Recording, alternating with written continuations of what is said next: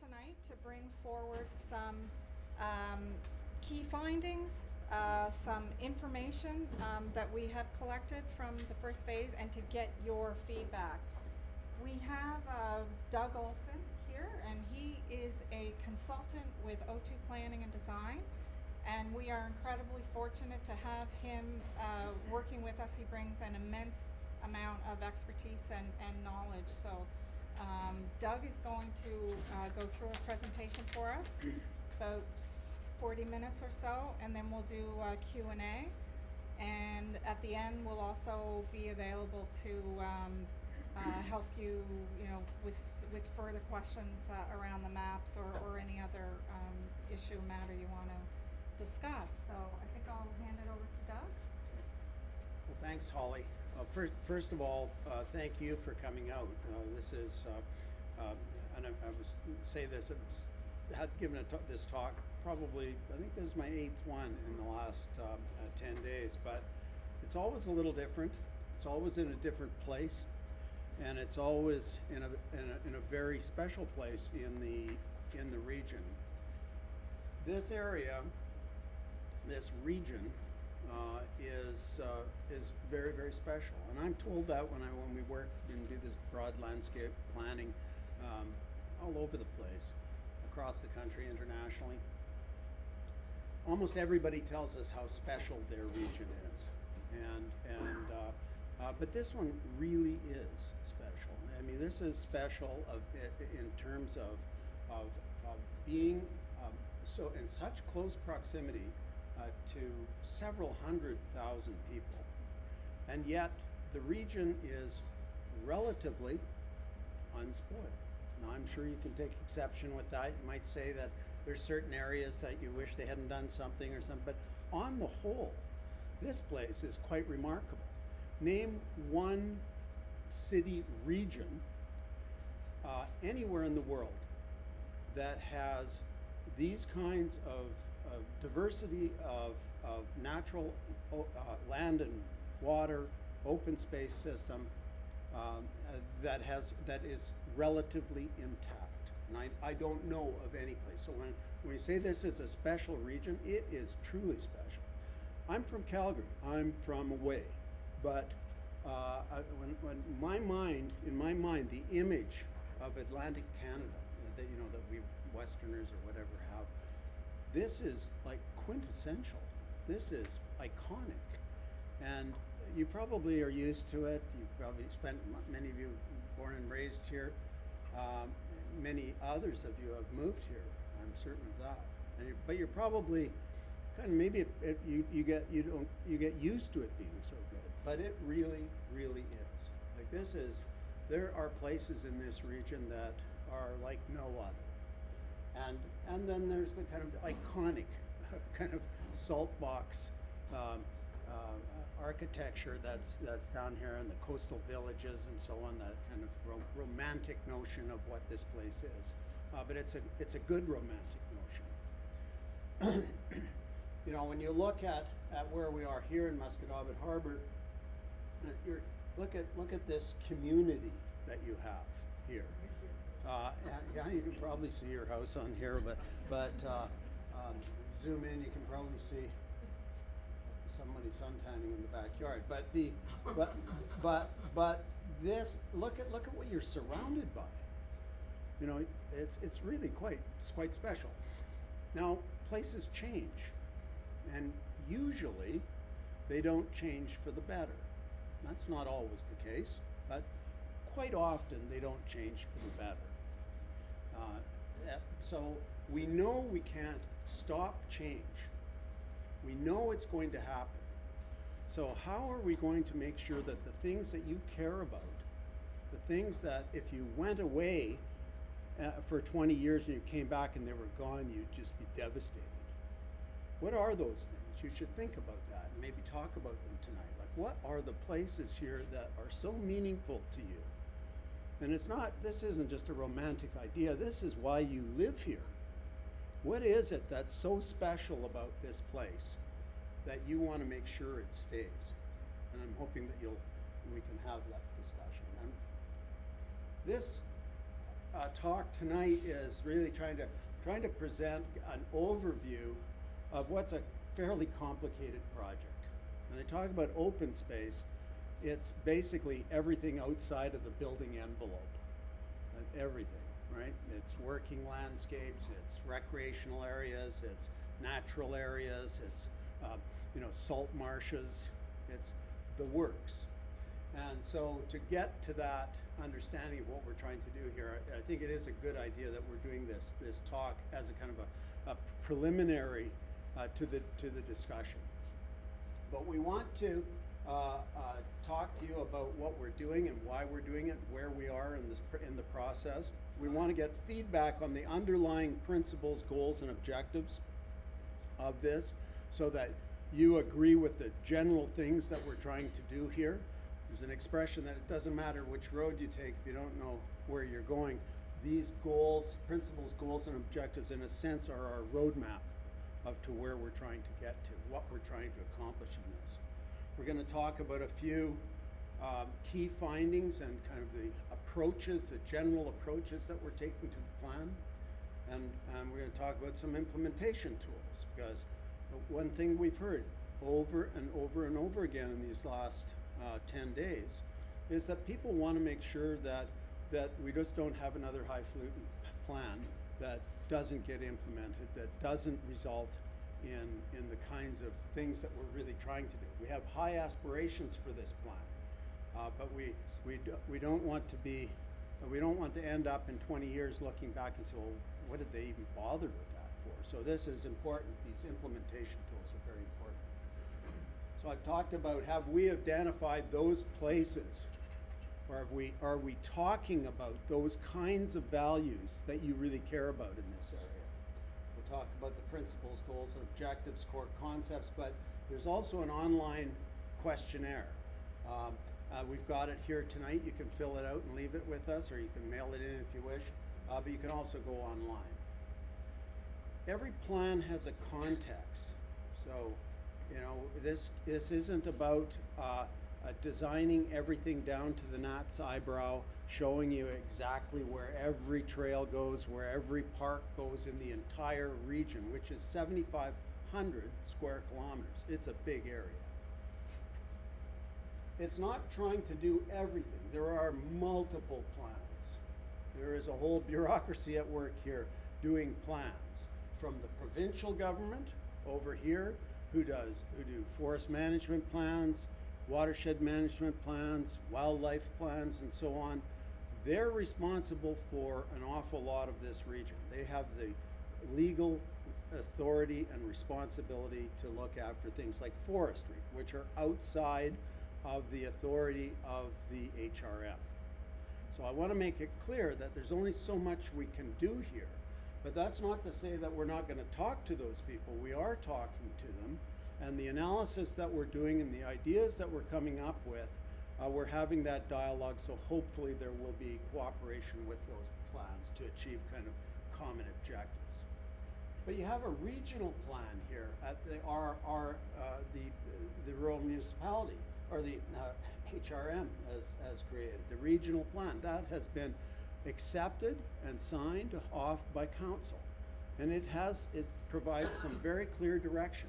And one of the directions was to create a green network plan, a priorities plan that would drill into more detail as to how we protect and conserve open space in this area. There's also other priority plans, stormwater management, culture plans, and so on.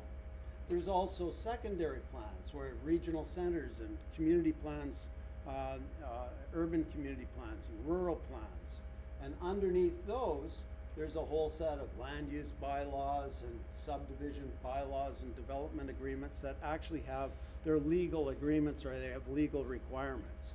This plan is a higher level strategic policy plan that will give direction to these plans and will be implemented in many cases through these other tools that are going on. So we're not trying to do everything. People ask us, is it going to be enforceable?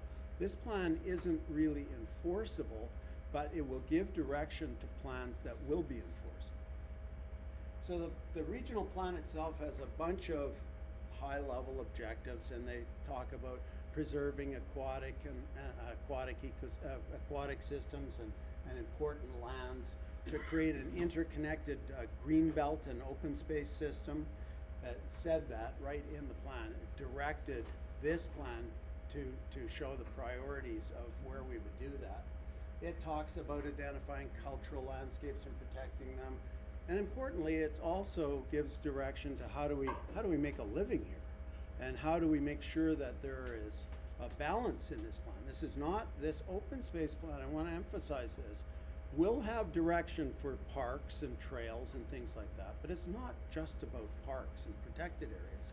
It's also about working landscapes, agricultural landscapes, forestry landscapes, and so on, that allow people to have livelihoods here. We want to make sure that what we're doing here fits and supports your communities.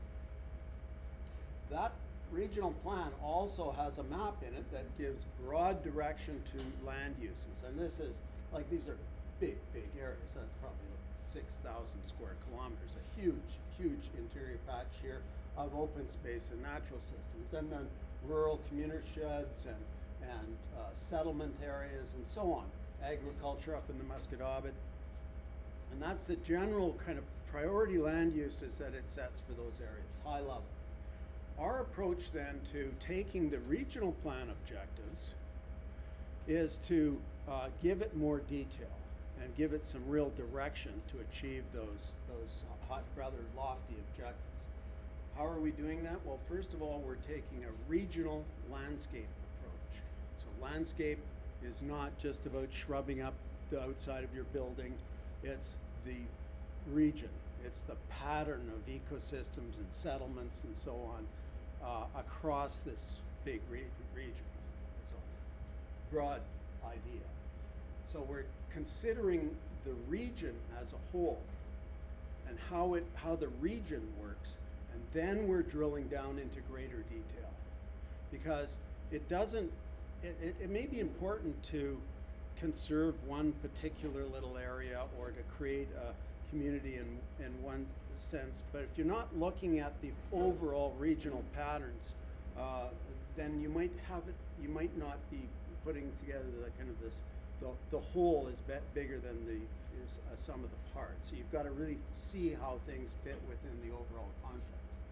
It's complicated. We've got 75 different elements that we've looked at, and these maps I know can be confusing, but in order to deal with these different data layers that we've amassed from the province, from universities, from HRM, and other bodies, in order to deal with that complexity, we've kind of taken a systematic approach to assessing the values. I'm going to talk about indispensable landscape patterns. These are patterns that if you keep them, you'll probably achieve most, but not all, ecological objectives. We'll talk about some urban landscape elements, perhaps a little less applicable to these areas, but still applicable here. And then really what we're trying to do is create a planning framework to guide finer scale plannings. We've talked to a lot of people on this. We've had, in the last phase of engagement, we had over 9,500 comments. We had an online map tool that people could go in and show their places of interest and so on. So we've tried to talk to a lot of people. We are listening. We know that you know this place better than we ever will, because you live here. So the whole idea of a landscape is kind of all of us create this landscape. There's an expression that people get the governments they deserve. I think they get the landscapes they deserve, because collectively we make them. 3 focus sessions. We had a number of stakeholders to kind of explore different ideas as kind of learning scenarios. We're finishing up the second phase in here. The first phase we did an assessment of all the values and in the area, or the issues and opportunities in the area, kind of a summary of the state of the landscape. we've now created some policy objectives, and we've done a lot of assessments, both ecological, social, cultural, and so on, the result of these maps. We're not presenting tonight the draft or the draft plan. We're right here. We've done the assessments, we've set the goals and the objectives, and we're now moving into some solutions. And those solutions will be presented to you in a few months. So we'll be back. We have guiding principles. We taught, and there's a handout here. I'm not going to read these, and I'm not going to read the goals or the objectives and so on. They're in your handout. But basically, these kind of founding principles, overarching principles, are that this is a connected network. It's not just about a bunch of isolated pieces. It's a network. And yes, it includes things like green belts and so on, but it is an overall network of patches and corridors and so on. It's grounded in the best data that we can get. We didn't go out and make any new data. We gathered it all up,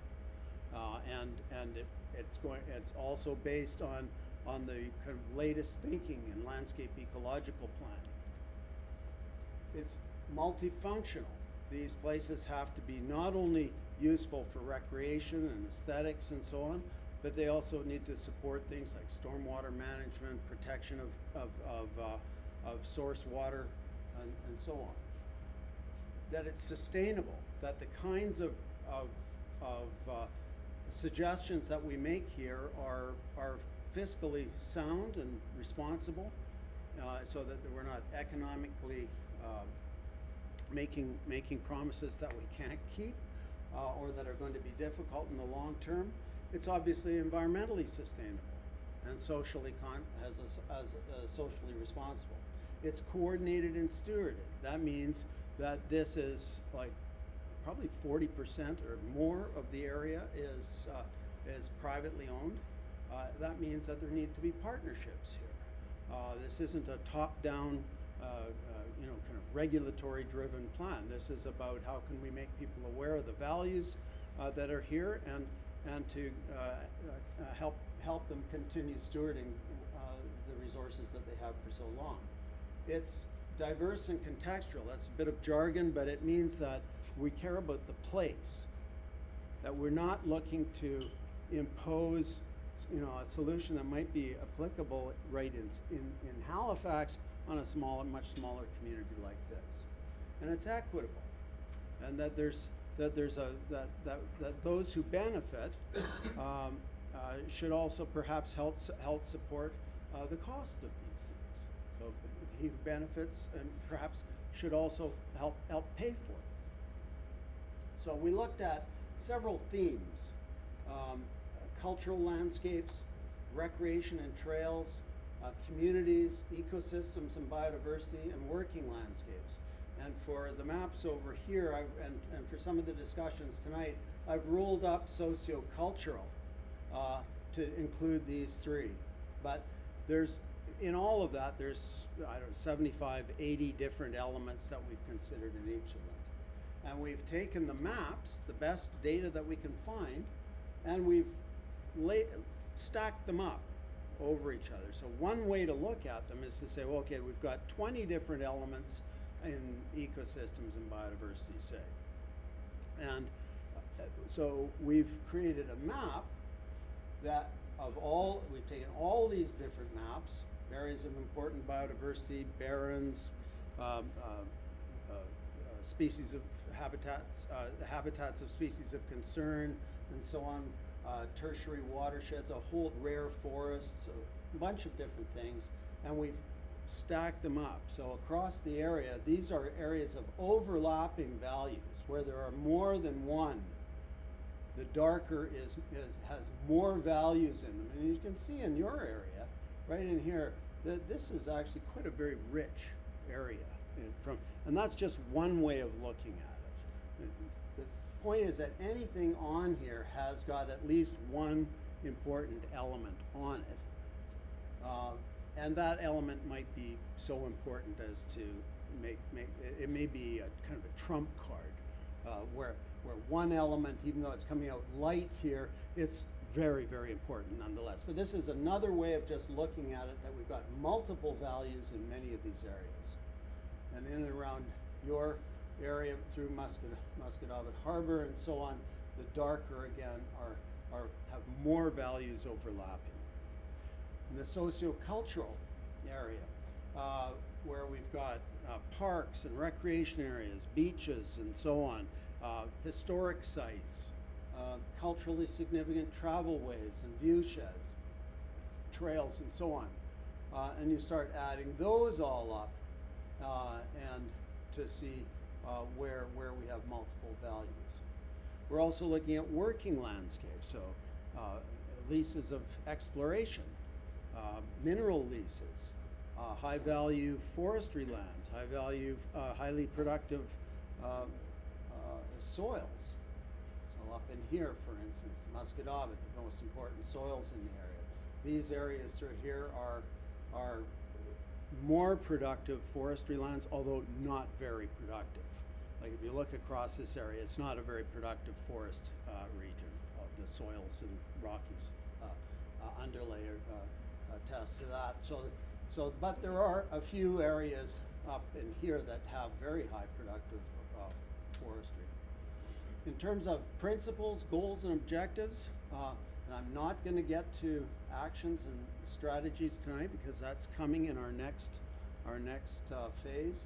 But this provides a framework.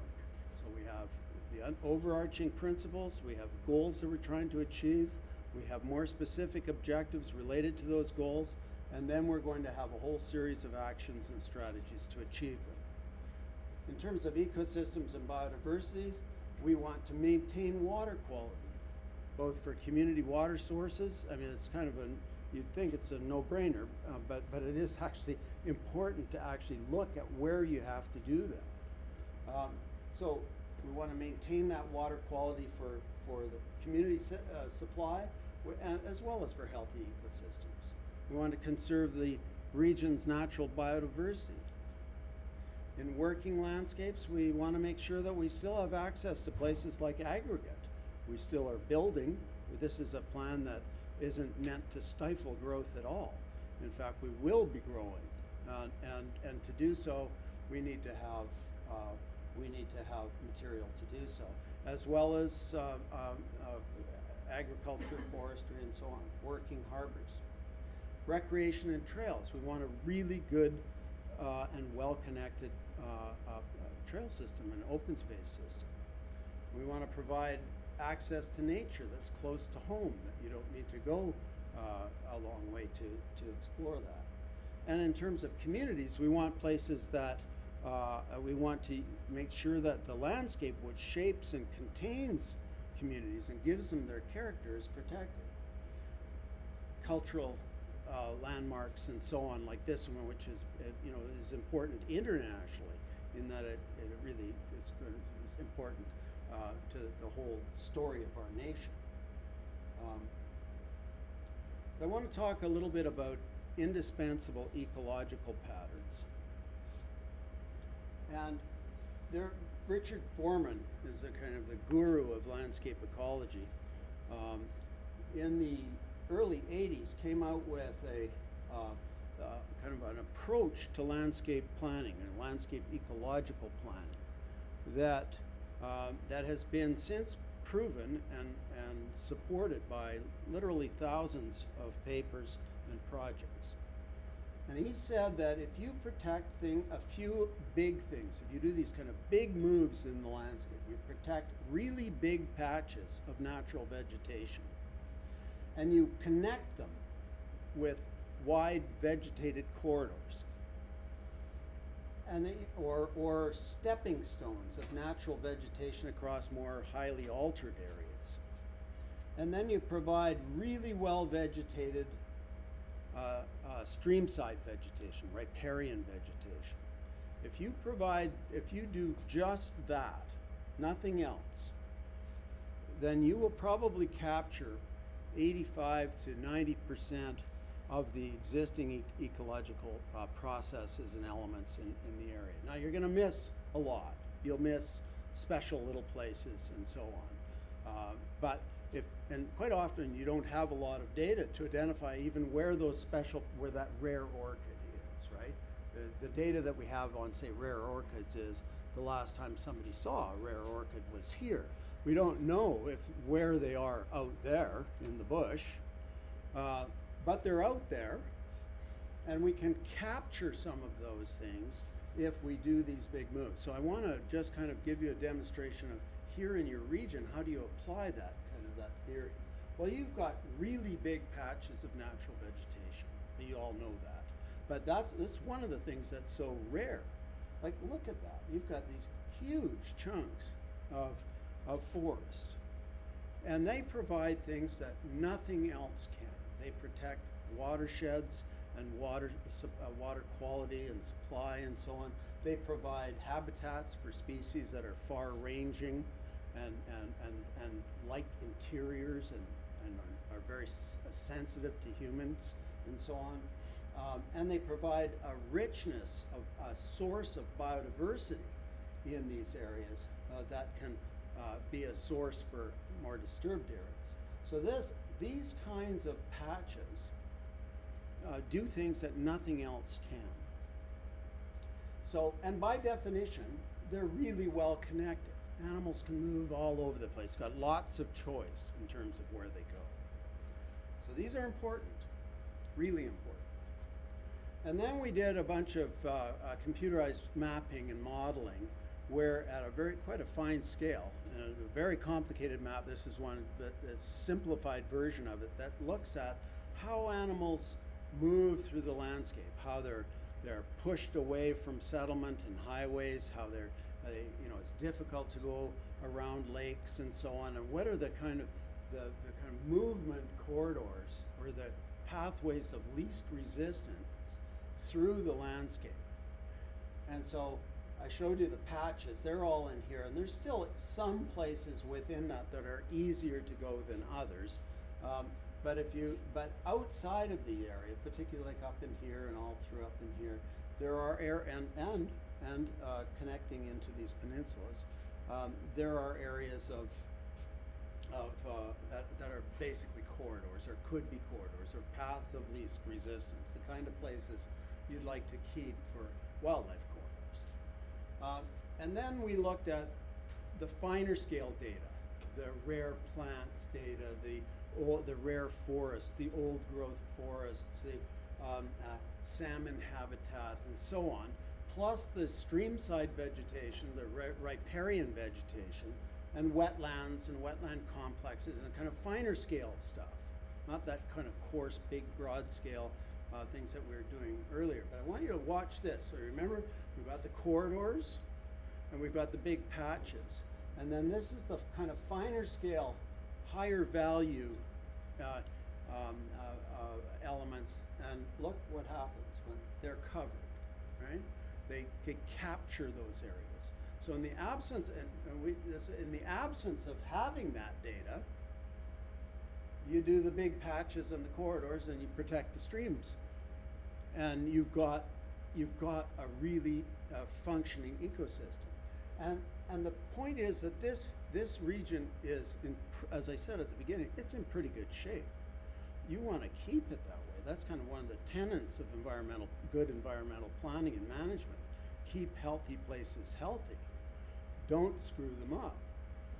Because if you do, it's at your peril, and it gets really expensive to fix, if you even can. So here's in an ideal world, this would be an ecological system that you would want to keep. And what does it do? Well, it maintains these big patches, like over here in the Chibuktu, and it maintains the connectivity into peninsulas as well. Chibuktu, by the way, is almost completely cut off now because of all the development in here.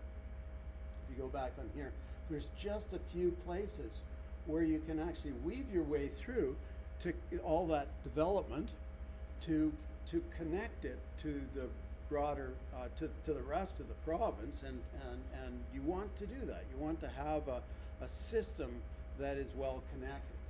So, but that's happening, it could happen to these peninsulas right here too, right? I mean, it's kind of a finer scale issue. You've got to watch that.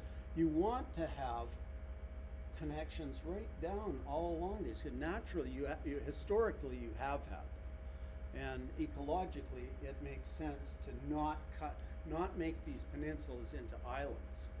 And that is one of the issues when you look around here. And as you develop, you'll want to make sure that you consider those connections. And so, and I'm showing like big connections through here, but you know, they're right in here, for instance. It does squeeze up. I'm sorry, I just blew up the map, and it's kind of, unfortunately, I didn't redo it. It's covered over Musquedoboit Harbor, but so I apologize for the arrows. Yeah, but so there are issues here on trying to make sure that these connections are maintained in somewhere. That's not to say they have to be everywhere, but you have to think about them as you're developing. Don't cut it right off. You know, don't cut these fingers off. And then we looked at sociocultural values. So the highest values here. So these are settlement areas, coastlines. There's parks in here and so on. And this is there was very little mapping available of cultural resources and heritage resources. I was really surprised, given how rich the history is here, that I didn't have it very well kind of mapped. We've started that, and it's an ongoing process now with HRM, and in fact there is another priorities plan which will look in more detail at cultural elements. In and around cities and settlement areas, though, there's other, you know, we live in towns and cities and so on, and within them and surrounding them are landscape elements that are quite important. You know, the way that the edge of a community is kind of a community has a distinct boundary around it. One of the things that you see everywhere is kind of that blurring after a while. You have, you know, nice towns and villages and so on, and after a while, as development starts to occur, they kind of blend into one to the next, and they lose their sense of character. And the landscape actually surrounds it, whether it's a waterscape and so on, the cove, the shape of the area, the vegetation around it, that kind of gives definition to where is the edge of Musquedoboit Harbor, right? Where is it? And then we start stretching out along roads too. So we've got to be careful about losing kind of the spatial identity of this place, because it's the character of it. It's what and you can feel it, right? You can actually feel space, I think, and you get into it and you can tell if it's bleeding out or if it's actually well contained. And this isn't something kind of some flaky artistic thing. This is just the way things feel, and check it out. Check out when you're in a space that you think is a really good space that is well contained, or a village, and look at the edge of it. And there's always going to be something, a rise in topography or vegetation or the way the cove comes in and so on. These edges are very important. And then there are wedges of vegetation, natural vegetation, that kind of penetrate into the community. You know, you look out the door, there will be, you know, natural forests that kind of give a feeling of the regional landscape, and brings it right into the town. It also allows you to be able to get out of town into the bush. Those are important. Then you've got parks and, you know, schoolyards and cemeteries and churchyards, and sometimes there might be a pond or a civic square and so on.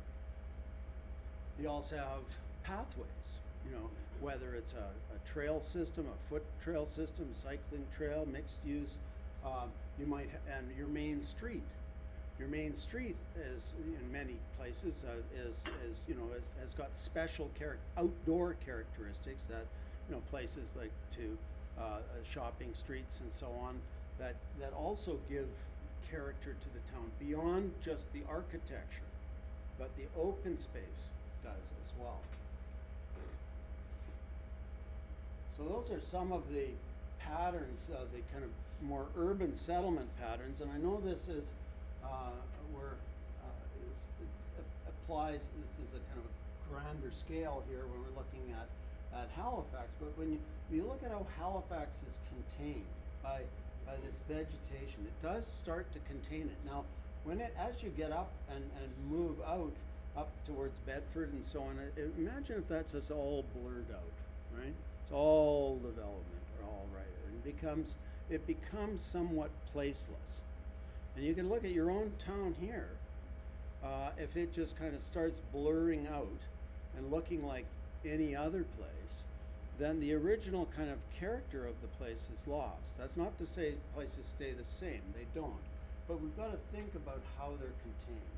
And then when you move in more closely, then there are green corridors, and there are historic areas, and there's the Citadel and so on. When we looked at working landscapes, including ports, working ports and harbors, we included that in there because you want to make sure that your kind of industrial and commercial lands and so on are still there, that they're not all residential areas, for instance. But there's, back up in here, there are a lot of exploration leases, mineral leases and so on, and we want to be aware of those. Another area that I think is that we've got it in the working landscapes right now. These are kind of scenic areas or highly visible areas, and we modeled, where you can see along here. Now, if you think about, the aesthetics of scenic routes and so on, it's just not about kind of personal enjoyment, but it's also about money and economics. I mean, I'm certain there's a pretty big tourism industry along here, and it could be probably far larger than it is. Tourism needs a landscape, and it isn't all about the one good inn and a nice resort. It's about the entire landscape. That's why people come here. They come along, like this drive. We drove up into Sheet Harbor last night. Had the pleasure of talking up there and with people, and I mean this really is something really, really special. We don't want to screw it up, and you can do it so easily. You can do it so easily with ribbon development along where you get houses every so often. It doesn't take many to ruin it, to really ruin what you have here, because you come into these communities like this one, great communities, and then you go out and you're out in nature, and you're in a and then you come to a community and there are places to go, and they have memories associated with them that, again, they become, you look at many places. Prince Edward Island is a good one that's losing losing it in terms of kind of scenic corridors. There used to be a difference. You have farmland, rural farmland, and villages, and now you've got just you've got more and more ribbon development. Every time I go back there, it's big mistake. Too bad they're doing that, because after a while, why bother coming there? But this place, so this whole route along the shore here is spectacular, and that has economic value, and that's why we have it in working landscapes. So you look at this work, there's lots of things, they all overlap, right? Or in most cases, there's multiple values, and we have to get down to thinking about how are we going to deal with the potential conflicts in it. Well, in some areas, areas in white are areas that are either developed, planned to be developed, and including the regional growth centers and the areas that have been approved for development, or they're just accessible with roads and trails. So I'm not saying that's disaster, but it's just looking at, there's a lot of the area, people have a lot of influence here. So if we look at just the ecological values, not any of the other ones even, but just the ecological values that are in those areas. In gray is existing settlement. If it's in color, it means that there are ecological values in the area that might be impacted by human activity, either planned development in the future or just people's being able to access it. And of course we want to access nature and all of that, but I'm just saying that it's a bit of a heads up. That's what this map is that there are values in these areas. This now looking around Halifax, for instance, these red dot circles are actually growth centers. They've been listed in the regional plan and said these areas are going to develop in greater detail. And so in some areas, just looking down here, for instance, in Birch Cove Lakes and some, there's many ecological values in those areas that have been identified as growth centers in the regional plan. Others not so much, you know. Up this Bedford Basin one, not so many, and so on. And if I look around here in Musquodoboit Harbor, that's just a conceptual circle. So I'm not saying that this is all doom and gloom. I'm just saying and we're not looking to add red tape here or to try to stifle development or the growth of this community. I want to stress that. This is not what this plan is about. It's making you aware of some of the values that are in this area. So there are values. There's lots of development that's in gray shown along here, but there are values that you should at least be aware of. And these are coming up in color in here because they're, people they can easily access areas. Areas in black are not of any real risk. This is just looking at it a little more differently. So there's one area particularly just up in here in Musquodoboit that in dark, that's some of the higher values. That's more of a connective tissue issue. I think one of the things probably the most important thing that you could do in this area is just really make sure that that you have connectivity back in through here. That you are going to develop. You're going to have you're going to do more development here. I hope so, and you will. But you've got to make sure you've got that connectivity. Or if you look over here, there's some areas in here that really need to be looked at. Now, I put this source water protection. It's not right around here, I know, but this is a regional plan. We're looking at the entire region, and this is a source water protection area. So these are protected water supply areas in the dark blue, and these are other areas that feed into some of the potable water supplies. And they're not protected. This extends beyond into the next county and so on.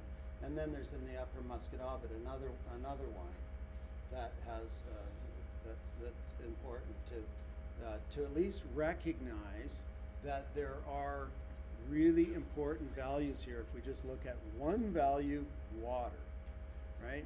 Because it is important. I mean, we cannot ignore water. And here, I'm sure you've got issues with water here in terms of well water and septic fields and so on and all of that. I'm certain of it. Most places do, but this is a little bit different, but similar on kind of on a larger scale. If you go back to this map, and wait a minute, this one.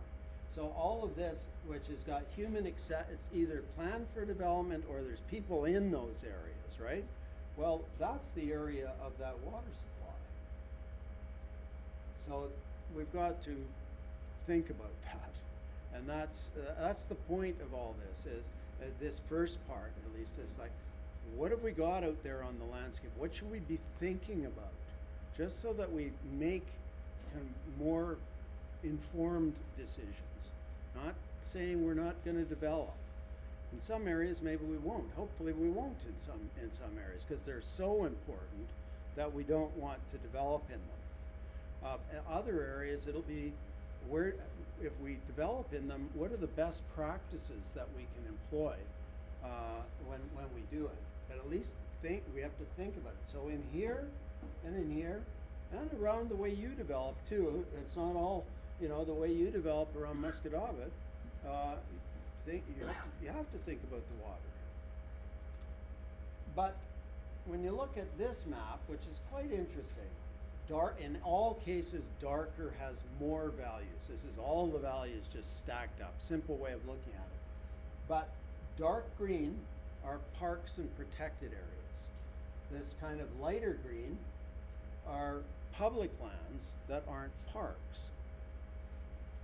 And all this bluish purple stuff is all private lands. And when you look at a map like this that shows the values underneath it and the ownership over it, you can see that they don't necessarily line up. They don't have anything to do with one another, really. You know, you can't ignore private land and public land and split them up and say we're only going to deal with public land here. Because there are lots of values here, and collectively, both governments and individual landowners and communities have a responsibility to keep this place operating as well as it is right now. And so when you look at what are the tools that we have for managing, so let's say we come up with a set of maps that show where certain kinds of activities should occur and not occur. How do we go about doing that on both public and private lands? Well, on public land, we can make parks, we can make protected areas, we can designate cultural, a cultural heritage site. A lighthouse can be designated a heritage site, or a trail can be put in, and so on. So you can do that kind of stuff. You can also protect those lands through regulation. For instance, the buffer on riparian area is not supposed to log within 20 meters of a stream. So that's an example of, or you're not supposed to drain a wetland greater than 2 hectares. And that's an example of a regulation that applies to people operating on public land as well. And then there's other plans, like the plans that I showed you. You've got DNR is doing forest management plans. They're doing watershed plans, wildlife plans, and so on. And they can try to achieve some of the direction in this Green Network Plan. So then you look at open space on private land. This is a sensitive issue. I know how sensitive this is. I come from Alberta, believe me. Property rights in that are very, very sensitive, and I'm sure they're I'm sure they're no less sensitive than here, but I do understand the sensitivity of that and the importance of people acting on their own free will to look after their land. You look at farmers and so on, and so many people, private landowners, have stewarded and kept the resources that are here right now because they know that's the right thing to do, and often at cost to themselves. But there's a number of things that we can do on private lands. Regulations and policies still apply there. I can't build a gas station on my residential house. It's zoned residential. It's not zoned gas station, right? Just because I own the land doesn't mean I can do anything with it. So it does apply. So you can zone, you can have policies. Those regulations about buffers along streams and so on, they apply to private land as well. And so do wetlands and so on, just as examples. So there are things that are more regulatory that apply, obviously, to private land. And then you can get kind of more creative with it. You could say, for instance, quality development standards or conservation cluster subdivisions. You could say that, okay, you're going to develop in this area, but in this area you're going to cluster the development, and you're going to try to keep the other values that are on your land. It's going to be maybe density neutral. You'll still be able to do the same amount of units, but so that's an example. You can say, well, within this area, you apply these kind of best management practices. Or you could cause people to, you know, and in most cases, you know, this is broad scale mapping. People may not agree with it. If they don't agree with it, well, prove it. You know, then if you really think that there are no values on the area and you want to develop it, well, finer scale, more detail may be needed. But these are the most important ones, the voluntary and negotiated pieces, or at least they're extremely important, where people and communities and groups, conservation groups and others enter into partnerships where they do things certainly on a voluntary basis. So you can have things like the Nature Trust and all the amazing things that are going on here now with the 100 Wild Islands and so on. And those kinds of initiatives, those are private and voluntary, and look what they're doing. In fact, I think their launch is, or the wrap up of phase 1 is tonight up in Sheet Harbor. So that's why we didn't get the turnout tonight. But no, I'm just joking. But you know, that is an example of a really very powerful private initiative. You can also do other kinds of things, like with willing buyer, willing seller. You can actually buy the place if it's so important. You can have sales with preferential tax assessments. Conservation tax incentive programs. Somebody was talking about the other day, I forget where we were, but that they have property, right? And they're, you know, they're paying taxes on a large property, and they're not really doing anything. It's not agricultural land, but they're actually protecting the area. Can they start to carve off certain areas of it and not pay taxes on the entire property? I'm not suggesting that's going to be one of our recommendations, but there's a number of things you can do. You can buy the development rights that somebody has and transfer them somewhere else if you know where they should go in a more appropriate place. You can do things like land banking and so on. Or you can say, if you want to develop in this area, don't develop there, we'll give you more density over here. Or so it's kind of again, a negotiated but informed way of kind of bargaining as to where things should go in order to achieve the objectives of protecting open space characteristics, but also not unduly burdening developers, and so that there are incentives to do the right thing, and we can do things like design guidelines and best practices. Okay, I'm done. Thankfully, probably, but this engagement period we're showing it going up until April 24th. It'll be online until the end of the month. If you go online, you will have, there is the survey that we've got here tonight that you're encourage you to fill it out here if you wish, but you can certainly go online, and we'll have an online map tool as well that'll have some of these kind of base maps. But then when you go onto the tool, you'll see that as you drag your cursor over different places on the map, it's going to show you all the layers and should be up day after tomorrow. Or we had some technical glitches on it, but we were just demoing it this afternoon. It's cool. You'll be able to see all of those different layers just by, it'll show you what is it in an area that's been mapped at less than 2 meters to groundwater, for instance, or it's important salmon habitat, or whatever the base underlying data is. So you can look at any of the base maps that we have. You have a number of different base maps if you want to just look at an ordinary flat base map or some satellite imagery or any of these, and then you just bring your cursor over it and it'll tell you what's underlying it. And if you think we're wrong, you can then add a comment on the map and say, you got it wrong, and we'd encourage you to do that. We'll leave that up for a long time. So we're going to council in late spring to present the kind of core directions of the plan.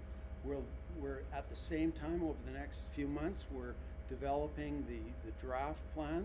We'll bring that back to you, and we look to be completed the plan by the end of summer.